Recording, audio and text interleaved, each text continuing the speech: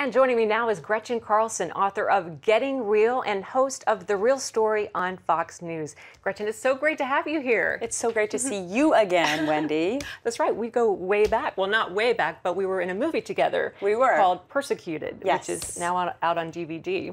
Well, you've written a great new book, and you talk about in the book, and I can't really imagine this because I know you, and you have so many accomplishments, your own show, your incredible education, the list goes on, but you still battle the label dumb blonde. That's hard to imagine. Yeah, well, that was something that happened after I became Miss America, and it was really shocking at the time. It was like my resume just evaporated. Where I went to school, the fact that I had done well in high school, it was you like went to Stanford, proof. You went to Oxford. Yeah, valedictorian in my high school class. But then I say in the book, when I got to Fox, I reached the bimbo trifecta. No way.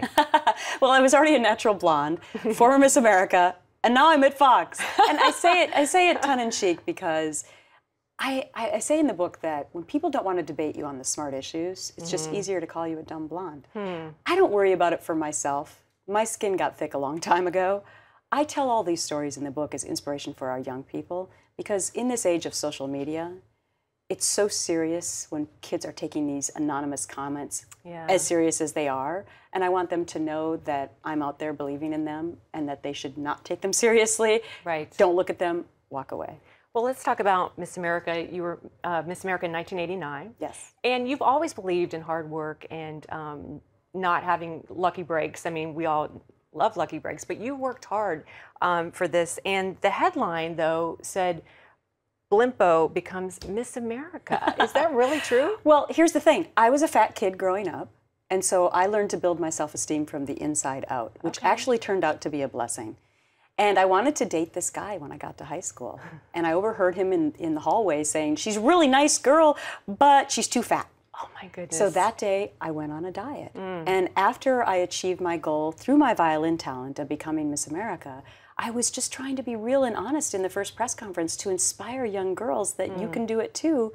And the tabloids just went crazy with it. And the front cover. I start my tour, I go to the airport, and I see all 3 tabloids with my picture, Blimpo wins Miss America But you pageant. weren't overweight. You looked great. Well, not then, but one of my judges actually wrote a book about me the next year and called me Miss Piggy.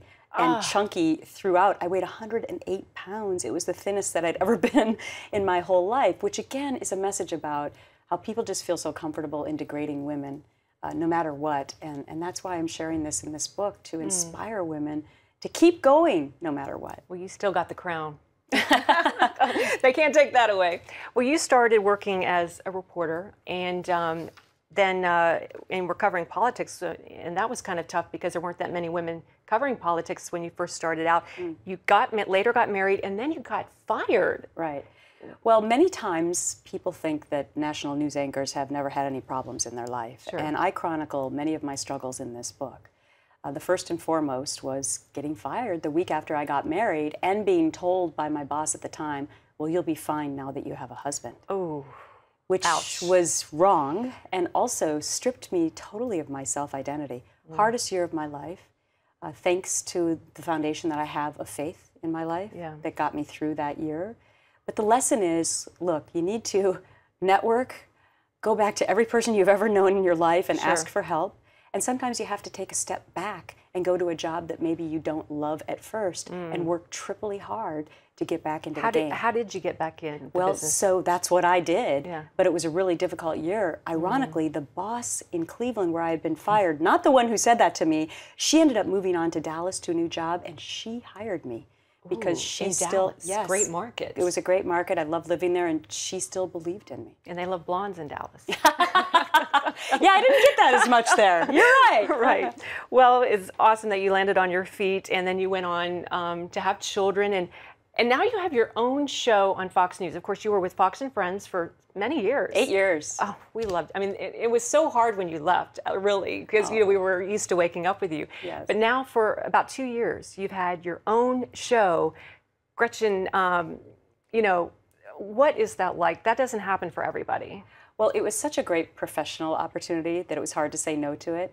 And I have to be honest, as a mom, it was such a great personal opportunity because my kids were just getting to that age where they really needed me more at night. Sure. And I always say that my most important job in life is being a mom. And I am, I've got more get up and go than almost anyone else, so I do want to thrive in goals. Sure. But I want to be the best mom that I can possibly be. So this new schedule works out great. And the only thing my kids cared about was, Mommy, can you drive us to school now? Right. And I watch your show, and you often have your kids on your show. Yes. One time you did a phoner with your son. It was so cute. Well, that's because he picked my NCAA bracket, and I love sports, but he picked it perfectly, Yeah. and I won like the whole division for all journalists in New York City.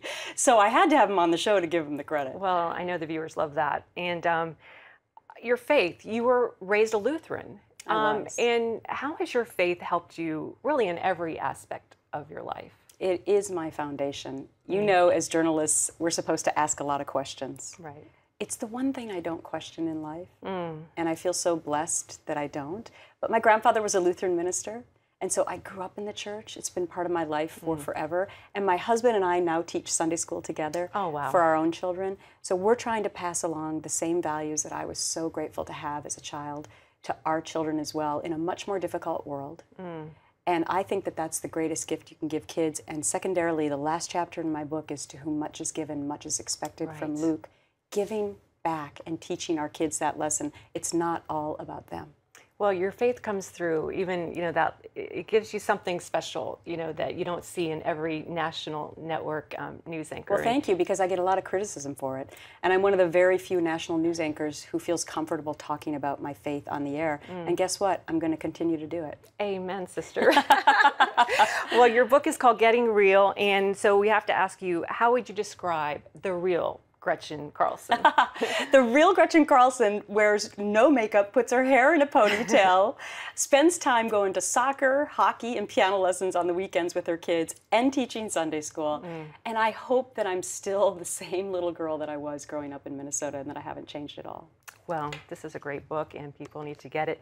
Again, the book is called Getting Real, and it releases nationwide today. Don't forget, you can catch her hosting Real Story on Fox News weekday afternoons. Gretchen, God bless you. Thanks for being with us. Thank you so much, Wendy.